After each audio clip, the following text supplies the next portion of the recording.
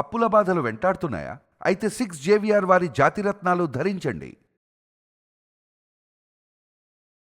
Welcome back to మనం TV. నేను మీ పవన్ బేస్వాడ.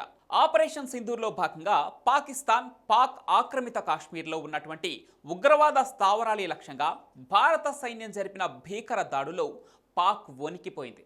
ఈ నేపథ్యంలోనే ఉగ్రవాదానికి మద్దతిస్తున్న పాకిస్తాన్ వైఖరిని అంతర్జాతీయ వేదికలపై భారత్ ఎండగడుతోంది. ఇక తాజాగా మరోసారి పాకిస్తాన్కు ప్రధాని మోదీ స్ట్రాంగ్ వార్నింగ్ ఇచ్చారు.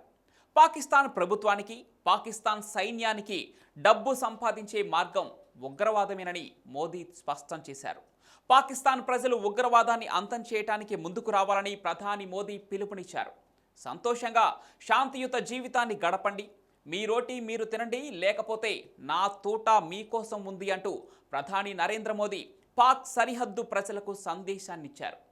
ఇక పహల్గాం ఉగ్రదాడి తర్వాత తమ దేశంలో ఉన్న ఉగ్రవాదంపై పాకిస్తాన్ చర్యలు తీసుకుంటుందని తాను ఆశించారని, అందుకే ఆ దాడి జరిగిన తర్వాత 15 రోజులు వేచి ఉన్నట్లు తెలిపారాయన.